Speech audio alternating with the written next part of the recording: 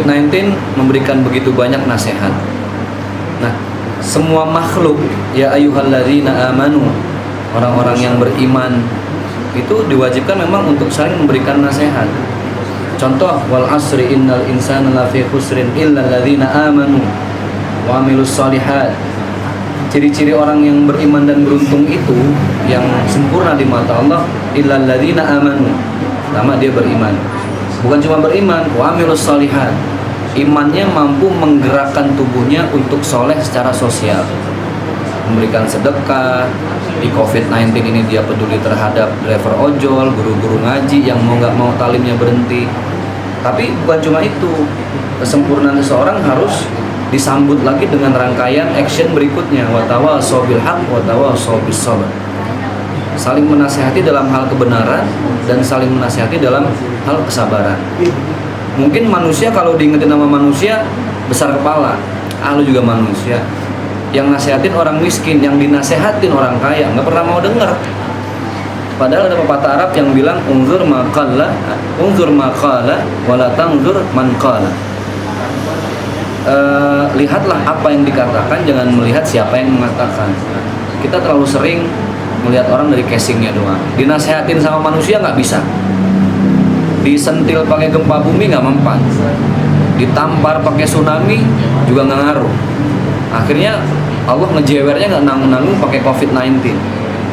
Semua harus di rumah saja. Yang selama ini beraktivitas tiap hari, ekonominya harus runtuh, merosot, jeblok gara-gara COVID-19 ini. Hakikatnya gara-gara semua ulah manusia gitu. Nah, maka pelajaran dan nasihat bagi kita, ternyata kita dinasehatin nih. Bukan cuma dari manusia, bukan cuma dari fenomena alam, bahkan dari makhluk yang sangat halus, sangat kecil, tidak kelihatan kasat mata. Kita sedang dinasihati oleh mereka bahwa kita ini bukan apa-apa, baru berhadapan dengan COVID-19 saja, waduh kita udah kelepok-kelepok. Gimana suatu saat semua manusia harus berhadapan dengan kiamat, sebenar-benarnya kiamat. Al-qari'atu mal-qari'ah wa ma adraka mal-qari'ah yauma yakunun nasu kal farashil mabthus wa takunul jibalu kal ihnil manfus. Gunung saling bertabrakan, manusia udah nggak ingat mana pasangan hidup, mana anak, mana orang tua. Mereka kocar-kacir, mereka sibuk dengan urusan masing-masing, mereka sibuk menyelamatkan diri masing-masing. Nah, COVID-19 ini menurut saya, ya anggaplah pelajaran kita untuk menghadapi kiamat yang besar ya. Kita nggak pernah tahu loh kiamat yang besar itu kapan datang. Ini juga bagian dari kiamat. Kenapa? Bagaimana tidak kita bilang, cuman bukan kiamat yang besar semua diruntuhkan. Sebagai manusia, makhluk di bumi ini kiamat buat kita. Kiamat perekonomian, kiamat pendidikan, anak-anak sekarang semua libur, yang kelas 3 SMA nggak ujian lulus gitu kan. Acara-acara entertain harus dibatasi, kemudian naik motor juga nggak boleh 2 orang. Oh banyak.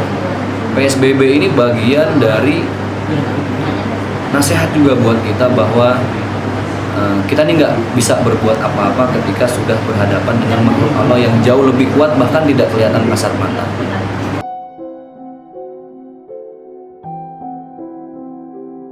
Hebatnya COVID-19, dia bukan cuma merubah pola hidup manusia, tapi merubah pola ibadah semua umat beragama. Kita yang muslim, tarawih harus di rumah, Jumatan diganti dengan zuhur. Bahkan sudah ada warning, Idul Fitri pun nanti harus di rumah masing-masing. Iktikaf di rumah, tadarus di rumah. Beda banget dengan pola ibadah di Ramadan tahun-tahun sebelumnya. Nah, nasihat apa di balik ini semua dari COVID-19? Bahwa ternyata tidak selamanya kita mencari Allah, mencari Tuhan itu di tempat ibadah. Tetapi ternyata kita dipaksa sama Allah untuk mencari Tuhan kita itu di dalam hati masing-masing.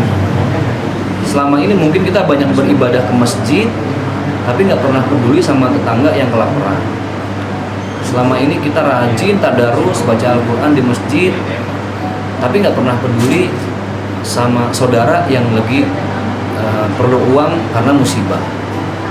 Orang selama ini mungkin rajin tiap minggu ke gereja, saudara-saudara kita umat Nasrani, tapi bisa jadi juga dia nggak pernah peduli dengan pendidikan yang ada di sekitarnya. Banyak orang yang nggak bisa sekolah, sedangkan anaknya sekolah di tempat yang sangat mahal.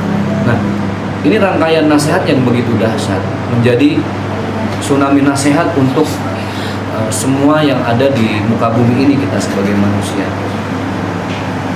Bulan Ramadan di tahun ini membuat kita harus mencari jati diri, menyelami diri sendiri, karena ternyata cara terdekat, cara paling simpel untuk mencari Allah itu ya dengan mengoreksi diri sendiri. Maka Nabi baginda Rasul beliau bersabda, "Man arafa nafsahu faqad arafa rabbah." Barang siapa yang tahu dirinya, makanya ada istilah tahu diri. Lu tahu diri dong, jangan sombong. Barang siapa orang yang tahu dirinya, maka dia akan tahu siapa Tuhannya.